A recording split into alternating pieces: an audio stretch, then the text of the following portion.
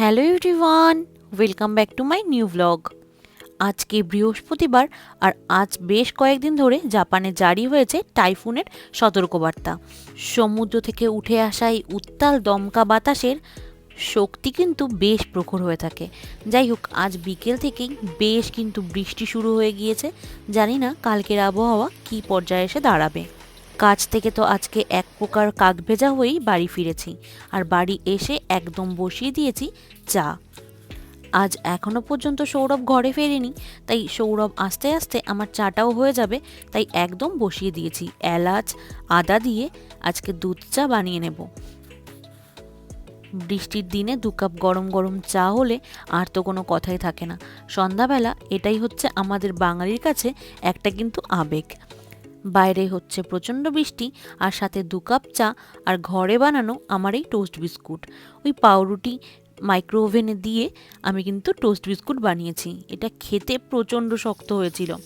যাই হোক, চাটা খেয়েই সোজা চলে গিয়েছি রান্নার প্রিপারেশন করতে, কারণ রাত্রে ডিনার তো করতেই হবে। আর বেশ কয়েকদিন ধরে ভাবছি শুক্তো করব। ঘরে বেঁচে থাকা যা সবজি ছিল তাই দিয়েই আজকে শুক্তোটা করব। ওই আগে থেকে উচ্ছে, সিম আর ওই যে আগে একদিন দেখিয়েছিলাম না বড়ি বানিয়েছি, বেশ কয়েকটা বেঁচে ছিল, সেগুলোকে ভেজে তুলে নিয়েছি। তারপর আলু আর গাজরটাকে ভাজা ভাজা হয়ে গেলে ওর মধ্যে দিয়ে দিয়েছিলাম কয়েকটা সজনের ডাঁটা।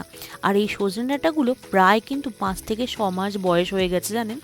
ওই ডিপ ফ্রিজে ফ্রোজেন করে রাখা ছিল। এরপর সমস্ত সবজিগুলোকে নুন দিয়ে ভেজে ওগুলোকে তুলে নিয়েছিলাম। এরপর কড়াইতে দিয়ে দিয়েছিলাম রাঁধুনি ফোড়ন। তারপর আবারও ভেজে রাখা সমস্ত সবজিগুলো দিয়ে নাড়াচাড়া করে নিয়েছিলাম, আর দিয়ে দিয়েছিলাম গ্রেট করা কিছুটা আদা। শুক্তোতে আদাটাই মেন, আর আমি কিন্তু ফোড়নে কখনো আদা দিই না। আদা ফোড়নে দিলে পুড়ে যাওয়ার একটা সম্ভাবনা থাকে, এতে স্বাদ একদম নষ্ট হয়ে যায়। যাই হোক, একটু ভাজা ভাজা করে দিয়ে দিয়েছিলাম 1.5 চামচ মতন পোস্ত বাটা। তারপর ওটাকেও ভালো করে কষিয়ে আমি দিয়ে দেব গরুর দুধ।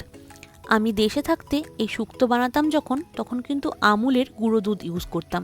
এখানে যেহেতু গুঁড়ো দুধ পাওয়া যায় না, এর জন্য কি করব, ওই 1 কাপ মতন গরুর দুধই দিয়ে দিয়েছিলাম।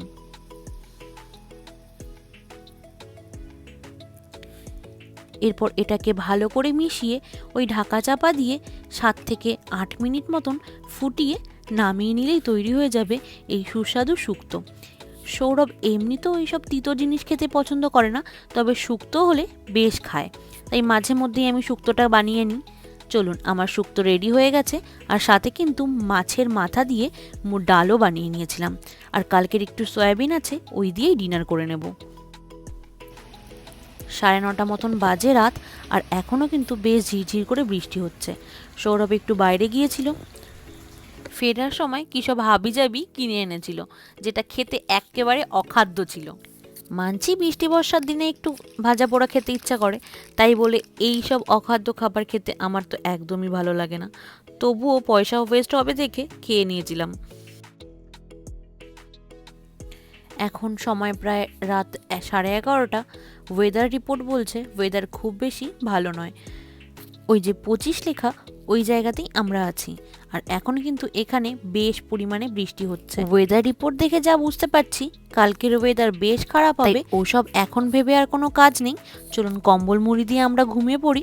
দেখা হবে নেক্সট ভিডিওতে। Thanks for watching.